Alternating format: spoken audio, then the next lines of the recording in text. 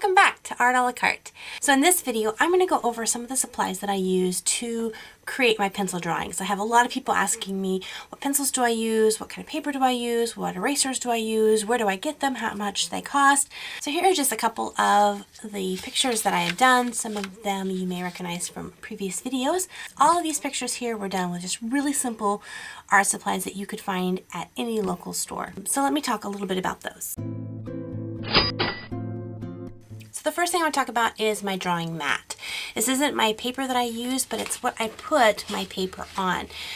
What it does is it protects my drawings from any kind of texture that might be on my desk. So I have a wooden desk that I use in my studio, and I love my desk. It's nice and big, but it has a nice grade, kind of a texture, wood texture. So if I were to put my paper right onto this desk and draw, I'm going to pick up this wood grain in there. So instead, I use a drawing mat. You can buy drawing mats online, or you could use placemats, anything that has a soft and non-textured.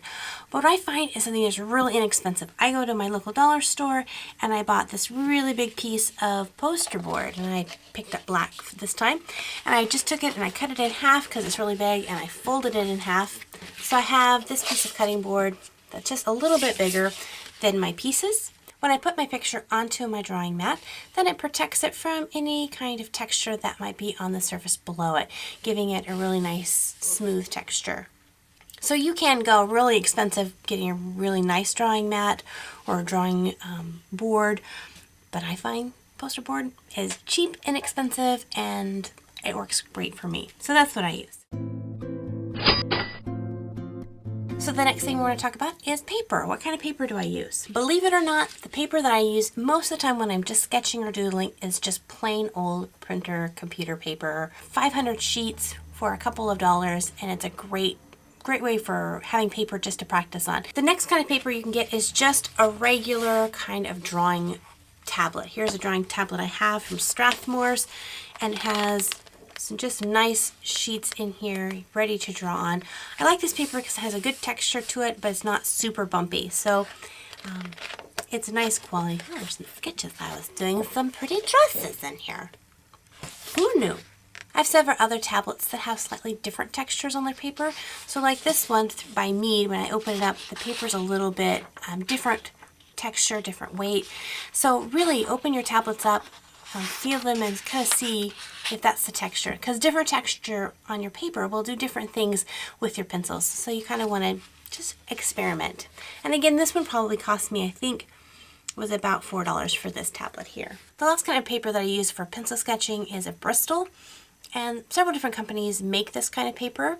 And what Bristol is a really smooth kind of paper, and it's very thick, so it's going to withstand a lot of work with this. This is the paper I use if I know I'm going to do a lot of inking or coloring onto my picture, just because I know it's a little bit more sturdy. This is a more expensive kind of paper. This one can go up to $6 to $7 depending on the brand, and there's only 24 sheets in this tablet. I bought mine at my local Joann Fabrics, and I used my 50% off coupon, so I got it for really cheap. You can use any kind of pencil that you want. In fact, this is just a mechanical pencil that I got from the Dollar Tree. It has a really just Dollar Tree lead in it.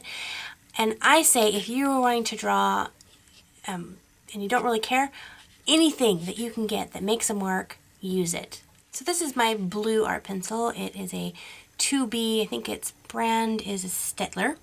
They come in all sorts of ranges of different leads. And so as you see on the bottom here with the lead numbers, 2B is going to be a harder lead, so it's going to give you a nice soft line. It's going to be easy to erase. It won't get really, really dark. It won't smudge really badly. So this is great for just initial sketch. Then you can go up to, here's a 5B. I even have a 6B. They sell 9Bs. I mean, they get really dark. A 5B is a very soft lead. It's going to get you your really, really dark line. So when I'm drawing my pictures in my videos and you see I'm drawing that just really black outline, it's probably either my 5B or my 6B that I'm using. Both these pencils run about $2 to $3 a piece, so they are expensive, but they're worth it. If you're really wanting to learn how to draw, I would definitely suggest that if it's something you want to put some investment into, is to invest your pencil. Pencil sharpeners. Now there are a lot of different kinds of pencil sharpeners out there. So I don't have a certain pencil sharpener that I like. I actually collect pencil sharpeners. I think they're so cute. This one I got when I was in China, and so it's so cute, and it's a good memory from that. The thing is you want to make sure that your pencil sharpener has a good blade inside, and you'll see that the way the pencil sharpener works is there's a little razor blade in here. As this blade gets duller, you'll tend to see that it won't sharpen your pencils as well.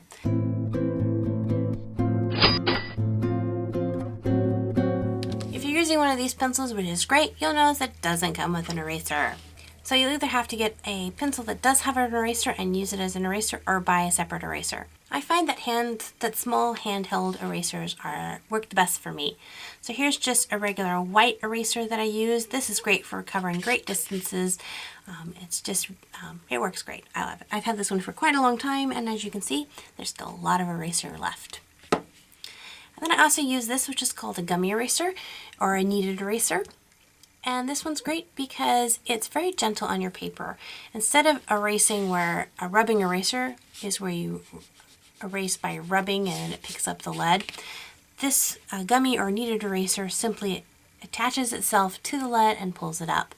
That's why you'll see that your gummy eraser will start to get darker and darker and darker, because the lead actually is absorbed inside of it.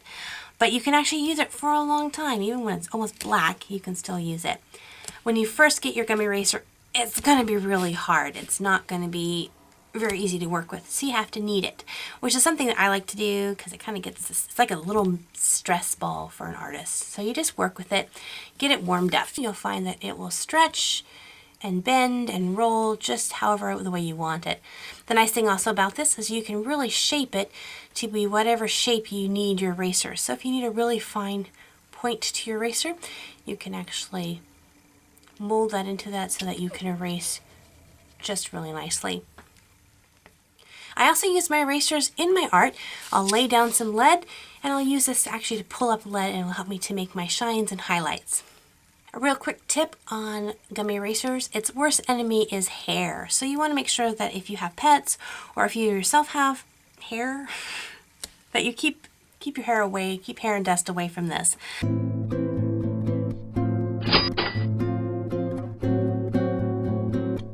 So I'm always on the search for the coolest inking pen that has the nicest nib to it. And these are four that I use quite a lot and I enjoy them. Probably my least favorite, I like all of them, but probably my least favorite is the Faber-Castell. The next one I go with is a Sharpie Brand Pen. This one actually has a really fine point to it. I haven't seen these in just regular like grocery stores. I actually had to get this one at an actual art store. But yeah, I really, really like it. So the next one is my liquid Stylist, and I absolutely adore this pen. I love how the ink flows. And actually, as you shake it, I don't know if you can hear it, you can actually hear the liquid inside of there. And it flows down through this little nib right there. I love it. The ink flows really nicely. It doesn't glob up. It is nice and dark. When you let it dry completely, it just keeps its black, vibrant color. So if I'm just doing an ink drawing, like I'm doing my doodles, I use this one. The only thing I don't like about this is not permanent. If water gets on it, it does bleed. So I used this one in a watercolor painting and I ruined it because then it bled everywhere and it looked horrible. So even though I love this one, if I'm using this with anything kind of water, it's just not going to work out. So my go-to for everything is a Micron. I've used these for years and years and years. I'm always trying to find something that might be better than them, but I think this is just the top of the line. The Micron comes in several different sizes. This is a nib size 5. I either use a nib size 5 or a nib size 1. I do have a 0.1, but that's really small. You can get them really thick too. These are great pens that have a nice vibrant color. They actually come in several different colors. But this one's black. When it dries, it's permanent. You can get water on it. It's not going to bleed out. They're great pens. I was able to find all of these products at my local either Walmart store, Fred Meyer. I have a small craft store, and I have a Joann Fabrics. And so I was able to find all of these things at one of those stores. But if you don't have a stores like that, just check online. Just Google the name of the product and you can find it online and order it through them. So I hope this answers some of your guys' questions about some of the art supplies that I use when I'm drawing.